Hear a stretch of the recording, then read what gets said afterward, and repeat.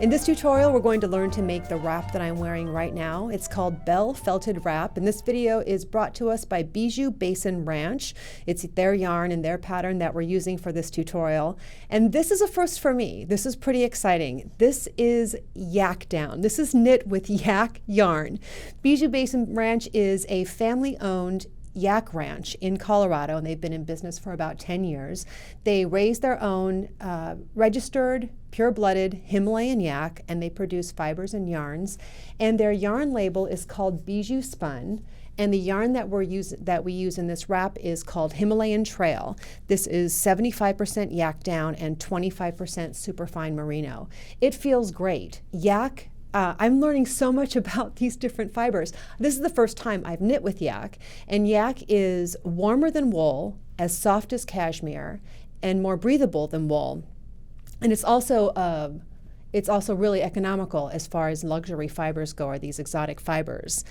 And Bijou Basin Ranch also has other high-end exotic fibers such as cashmere, pace vicuña, angora, and quivet. And I will give you a link on my website so you can check all of this out. Just click the little eye in the upper right-hand corner. Now, the exciting thing about this wrap is not only that it's yak, but it comes in a kit, and you know I love kits, and so I've got my kit here, or part of it at least. Your kit for the felted wrap comes with 7 hanks of the Himalayan Trail yarn, and this awesome little tote bag, and 3 bottles of their Allure soap. And the Allure soap was developed especially for these exotic fibers. And 1 bottle is unscented, and the other 2, one is Woodland Mist, the other is Prairie Breeze. They smell great. I really like the smell of this. This is a nice fiber wash. And the last thing that comes in your kit is actually 2 patterns. One is a knitted version, the version that we're going to cover here in this tutorial, and the other is a crochet version that uses simple crochet stitches, but you get both patterns for that. So click the little eye in the upper right-hand corner to go to my website. I'll have a link to the kit on the Bijou Basin Ranch website. And this pattern is available for free through November 2016. So if you want to download the pattern and get a look at it while you're waiting for your yak yarn to come in, you can do that. Up next, we're going to talk about the stitch used and getting started on chart reading.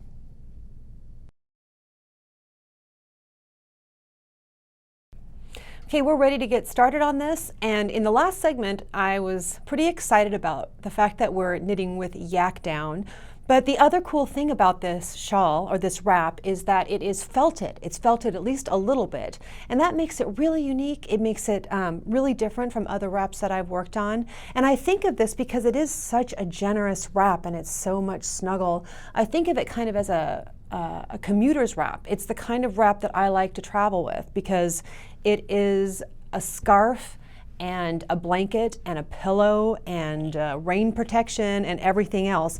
It is sturdy and it's not going to snag on anything, and it's generous and it's soft and it's warm. I can go on, or you can just come over here and feel it. I'm going to give you a close-up of it. Let's go ahead and take a look. This is a close-up of the stitch, and you see I still have a little bit of stitch definition going on. This isn't felted the way that you'd see something really hard felted. This is felted kind of lightly, and there's kind of a zigzag pattern going on. I can't fit a lot of it on this screen, but it is a unique design.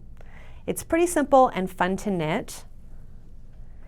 And the first thing that you're going to want to do is to knit up a swatch. And your gauge isn't essential, but you want to make sure you have enough yarn to finish this pattern. You knit up the swatch and just measure and make sure that it's 4 by 4, that you're getting 4 stitches. And the rows aren't quite as important, but you want to make sure you're getting 4 inches across on your swatch. So that's my swatch. This is knit double-stranded. You're going to hold 2 of these yarns together. Let me get this set up here. You're going to hold 2 of the strands of yarn together, and I'll tell you, I did try winding them together on one of the balls of yarn, but my winding just wasn't consistent enough and it didn't work out as well as I was hoping it would. So I'm just using 2 separate balls of yarn instead of winding them together. And we also are using enormous needles. What size are these? These are size 15. So the knitting goes pretty quickly. And here's what it looks like before felting. Okay. So your pattern comes with both written instructions and charted instructions, and because written instructions are, pretty easy to follow, or they're just all written out, I want to go over chart reading, because this is a way that if you get good at chart reading, your eye can just like glance at the pattern and you know exactly what you're going to do next without reading through a line. If you like, you can get good at reading charts to where it ends up being a lot easier than reading text. So I have a little bit of the pattern here. We're just going to focus on a little bit of the pattern. And on this is kind of standard chart stuff. Because this is a piece knit flat, on right side rows we're going to read from right to left, and on wrong side rows we're going to read from left to right. And this pattern is really helpful in that the numbers are on the side that you're going to start reading from for each row. And we have the stitch key here. And so every empty box is a knit stitch. We're going to knit 6, and then you see this yellow line here? The stuff between these 2 yellow lines is the pattern repeat. So you'll knit from yellow line to yellow line, and then go back to yellow line and knit this part again before you finish the last 2 stitches. And this is, again, standard pattern, standard chart reading stuff here. In this pattern, you end up repeating the stuff between, or I should say stitches, the stitches between the 2 yellow lines. You repeat that twice, once through and then once again before you finish. And in other patterns, it'll be more repeats, but that's what we have for this. And then the wrong side row is just, it's purl. The empty boxes are knit on right side and purl on wrong side, and the wrong side rows are the even numbered rows. So that's just purling all the way across. So let's go ahead and let me run through this. We're going to knit 6 and then knit 2, and this is yarn over, knit 2 together, yarn over, knit 2 together, yarn over, knit 2 together, yarn over, knit 2 together. I'm going to make this easy on myself. I'm going to go 1, 2, 3, 4, 5, 6, 7, 8 yarn over, knit 2 together combinations. Knit 1, 2, 3, 4, 5, 6. Repeat this whole thing again, and then knit 2. There are a lot of 8s in this pattern. You get to recognize that pretty quickly. So here is my, my knitting. I actually have done a narrower version where I've only done the repeat section once. So a little bit different. You'll cast on more for the actual wrap, but I've only done it once here. You get a look, if you haven't ever used needles this size, you get a look at this. 1, 2, 3, 4, 5, 6. That's the first 6 stitches, and then the pattern repeat is knit 2 and yarn over, knit 2 combination 8 times. Yarn over, 1, 2, 3, 4, 5, 6,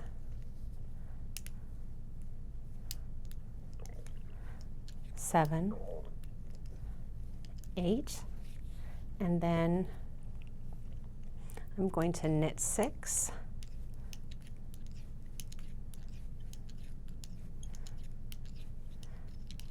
and here's where I would do the pattern repeat over again, but I have a smaller sample here. So that's how you're going to work this up, and the pattern has us working yarn over, knit 2 togethers and knit 2 together or SSK yarn over. So depending on which, how am I trying to say this? The yarn over, knit 2 togethers ends up making this all lean right, and the SSKs in the other section make this all lean left, and that's how you end up with the zigzaggy pattern through the whole thing. And the zigzaggy pattern, lasts through the felting. It ends up looking very cool. Now the last thing, I think it's the last thing I want to show you is spit splicing, because you will have two ends to weave in.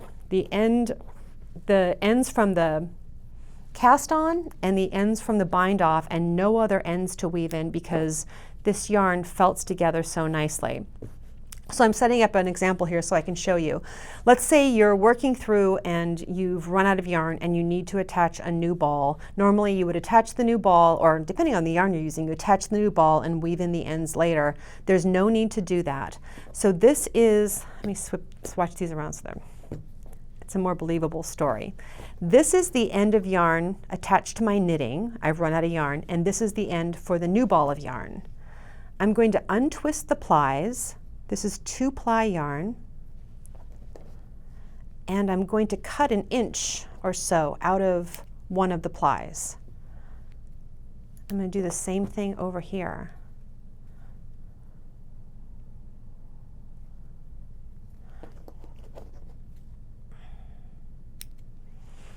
Okay, now I'm going to line these up. I'm going to put this in my mouth and get some spit on it, so excuse me. Not too much, not sopping. And twist these together. I'm just twisting them together, and now you see right here and right here the little bits that I've cut. I'm going to line those up. I'm going to pull on this until they line up. That's good enough. I'm going to put this in the palm of my hand and create heat and friction.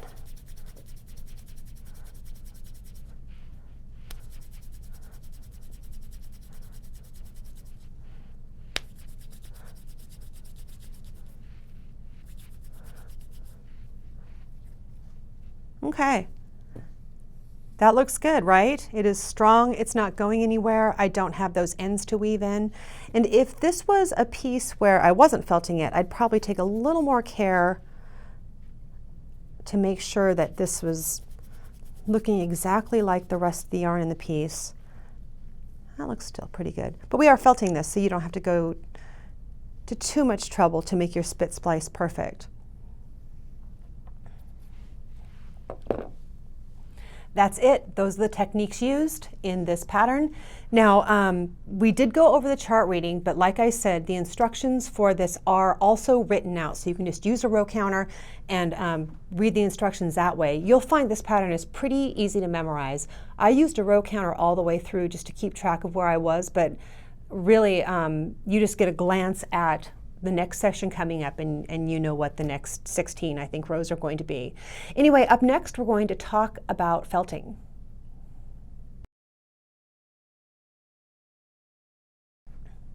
Once you finish knitting the whole thing, you are ready to do the little bit of finishing work and then get it felted. The little bit of finishing work is to weave in the ends, and you don't have to get too wrapped up in this because the whole thing is going to felt.